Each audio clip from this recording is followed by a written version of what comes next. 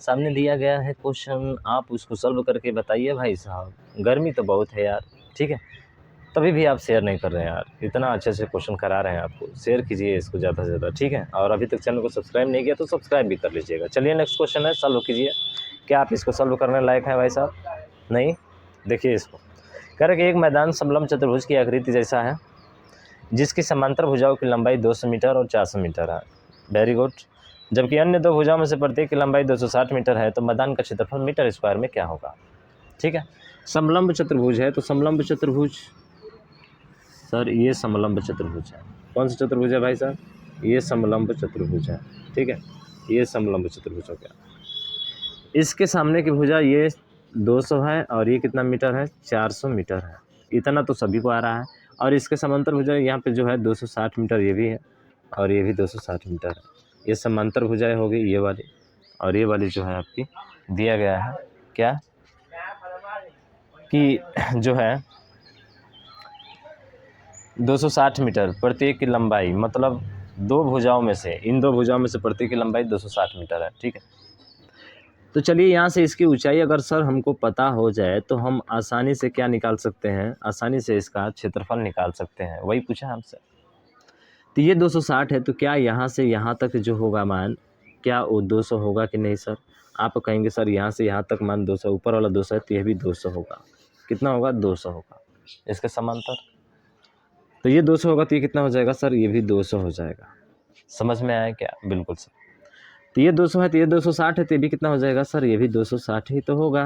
अरे 260 ही होगा ना, बिल्कुल। अब ये 260, ये 260, ये भी कितना है? 200 है। तो आप यहाँ से क्षेत्रफल निकाल सकते हैं इसका, मतलब इसकी ऊंचाई निकाल सकते हैं ना, 1/2 आधार गुणे ऊंचाई, लंब डाले हैं तो सर बिल्कुल निकाल सकते हैं। तो चलिए इसका पहले परिमाप निकालिए, अर्ध परिमाप। तो अर्ध परिमाप 200 200 कितना हो जाएगा? 400 और 60 60 120 520।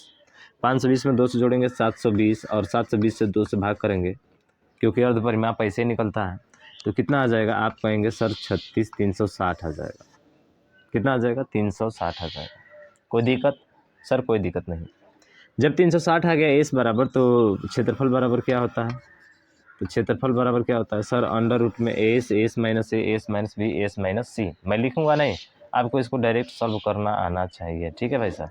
तो एस माइनस ए मतलब सर 360 तो रहेगा, एस माइनस ए, 360 में से 260 घटाएंगे तो कितना होगा? आप कहेंगे 100, फिर से 260 घटाएंगे फिर कितना होगा? 100, और फिर घटाएंगे कितना? 200 घटाएंगे तो कितना हो जाएगा? 160 हो जाएगा। तो इसका तो वर्गमूल आसानी से निकल जाएगा सर। 36 का 6 होता है, 100 का 10 होता है, ठीक है, और इस 100 का भी 10 होगा, और 16 का 4 होता है, 16 का 4 होता है, और फिर 1 0 1 0 यहाँ पे है तो फिर से 10 हो जाएगा सर। यानी कि 4 छके कितना हो जाएगा? 24 पर कितना जीरो है? 1 2 3 0, 24 पर 3 0 हो जाएगा, यानी कि 24 ट्रिपल क्या हो जाएगा? 0 हो जाएगा। क्या? इसका क्षेत्रफल। तो आपको पता है कि जब एक लंब रहता है यहाँ पे तो इसका क्षेत्रफल कैसे निकालते हैं? 1/2 आधार गुणे ऊंचाई। आधार पता है सर? आधार कितना है आपका? सर आधार 200 है, तो यहाँ पे 200 रख दीजिए। ऊंचाई नहीं पता है, ऊंचाई तो निकालना है, और इसका क्षेत्रफल आया तो कितना? 24,000। खत्म कहानी, 2 0 से 2 0 खत्म हो जाएगा, ठीक है, और 2 से 2 तो यही खत्म हो जाएगा। तो एच बराबर कितना आ जाएगा? 240 मीटर। एच बराबर कितना आ गया? 240 मीटर। क्या निकालना है हमको? क्षेत्रफल निकालना है। तो क्षेत्रफल का फार्मूला क्या होता है? समलंब चतुर्भुज का 1/2 समांतर भुजाओं का योग।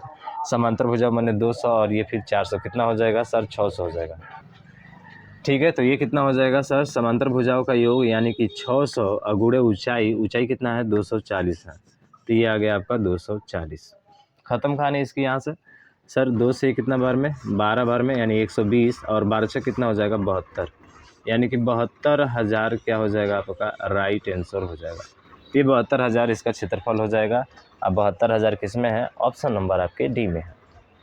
समझ में आया? बेहतर क्वेश्चन है, थोड़ा सा आपको फास्ट और करना पड़ेगा, ठीक है, कर लेंगे कोई दिक्कत नहीं, ठीक है ना। चलिए।